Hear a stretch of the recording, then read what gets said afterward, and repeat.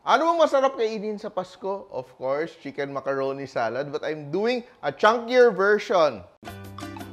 Simple, luto na, ha-ha. So ito, bigla kami nag-shoot dito. May bisita ako mamaya, nakikishoot sila dito sa bahay. So I'm doing my very, very favorite na chicken macaroni salad. Kahit hindi Pasko, ginagawa ko din to.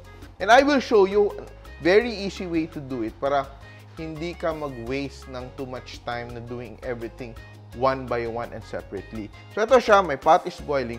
And it's very important that we season it properly, no? Asin, so may water, asin. Look at that, ha? Huwag kayong ma-shock, pero ganito. 1, 2. Parang alat niyan. Trust me, because what you want to do is you want your water to be salty enough para when you add your pasta, may lasa si pasta, hindi matabang si pasta because ang hirap habulin yung flavor na inyong chicken macaroni salad if all the flavor is in the dressing. Yung pasta walang lasa. So look at that, ha. I'm adding my noodles. We will cook this for around 8 minutes, 9 minutes. And I have my chicken breast. And I will remove the skin. And what I'm going to do here is I'm going to cut it into chunks. So I'm not going to shred my chicken because I want it to be chunky nga. I will just add my chicken also to my pot of boiling pasta. Ganun yung style natin.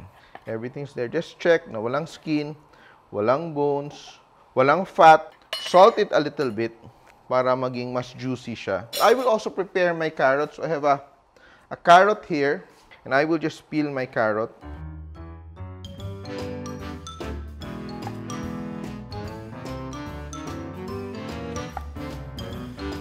So you can do this ahead of time. Very important lang na it's airtight, nasa chiller mo. Never freeze your chicken macaroni salad, number 1. Number 2, always use a clean serving spoon. So, if you just use a clean serving spoon, pakuha-kuha ka ng konti-konti, hindi siya mapapanis agad. So, for 1 or 2 weeks, may chicken macaroni salad ka na masarap. So, pakonti-konting tikim lang, di ba?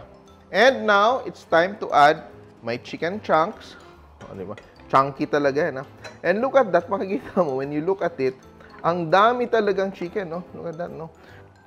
Yan. So, we will cook that for around 3 minutes. Let's taste our noodles, ha? Kung malapit na siya. Malalaman mo naman yung noodles siya, magiging white na siya, almost white. Pero, I like it to be a bit al dente talaga. Almost. Very close. And it's time for me to add my carrots.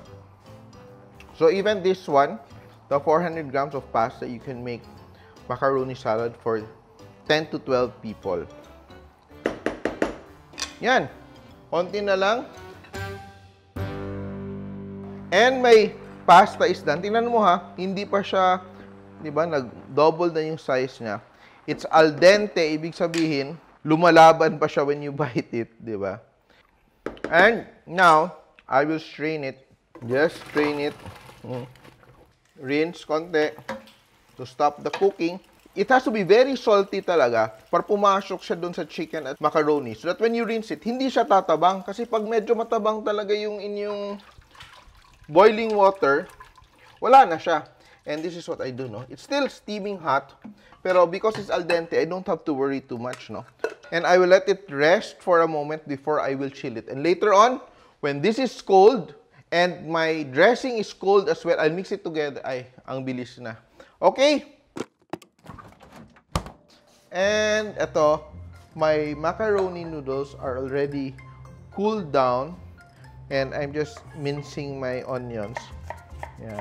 So I like my onions in my macaroni. Yan, but I mince it very, very finely. Yan. And that is my onions. And here I have cheese. Pinoy cheese, di ba? Yan, gusto natin yan. And the key in doing that is you have to chill your cheese ahead of time. Meron akong kalahating nagawa na. I just want to show you. You wet your knife so that it just slides, no? Kasi if you don't wet your knife, what's going to happen? It's going to melt on you and didikit siya. So, and dice, dice, dice. So what do we do now? We make our dressing, no? So, I will put my onions here into my bowl. Malaking stainless bowl ko. Pickle relish. Yan, isang buong bottle to. This is almost like a cup. Then I drained it kasi dapat hindi watery yung ating dressing. It's optional. And ito siya, I just boiled it a little bit, ha. And now, I will season, no? Look at that. It's very important to choose a good mayonnaise na very creamy. When you buy yung hindi magandang quality ng mayonnaise, ang problema is it's filled with stabilizers, no? And other additives. So when you eat it, creamy, pero gummy din siya. Alam mo, hindi na siya parang natural. Salt. Yan. Good amount of salt. Sugar. We want sugar because my mayonnaise is not matamis. But we want that matamis, a little matamis. And vinegar, para yung acid niya kontra umay. Yan. So, it's mixed there. Iba din yung style ni Chef? Yes, of course. I will show you. And all of this will make sense to you later. Here, I will use a combination of mayonnaise and to make it, alam mo yung gusto natin, medyo cheesy-cheesy. So, I have cream cheese. So, I have whole bar of cream cheese. I'm going to use half. I-share ko na yung mga sikreto ko, ha? So, before I mix it, I'm making sure that my cream cheese is malambot. You can add more if you want. And I will add my mayonnaise. Ito, isang buong malaking bote to ng mayonnaise, ha? So, you dissolve the salt, you dissolve the sugar, you add your white pepper. I like white pepper for this because ayoko nang maitim-itim, no? Very creamy, no? I will explain to you bakit ganyan gumawa si Chef, hindi na halo-halo lahat. What if matabang? What if maalat siya? And hinalo ko na siya lahat. So, bago ko ma-perfect, adjust ako ng timpla ko, durog na durog yung noodles natin, di ba? So, ako, what I do, I make it perfect here. Dito ako nag-adjust kung anong kulang. So, I will taste it now. Perfect. Now, I add my other stuff. Pineapple tidbits, drained.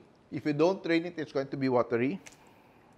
Ating chunky cheese, we want to bite that cheesy bits. Yan. When you combine, wala ka ng kaba. Because we don't want to overmix our pasta and turn out mushy. Ayaw ko i-share, pero na-share. Bakit ganyan, guys? Kaya, try this at home. This is the ultimate. Super sarap. Super perfect. Chunky chicken macaroni salad. Simple!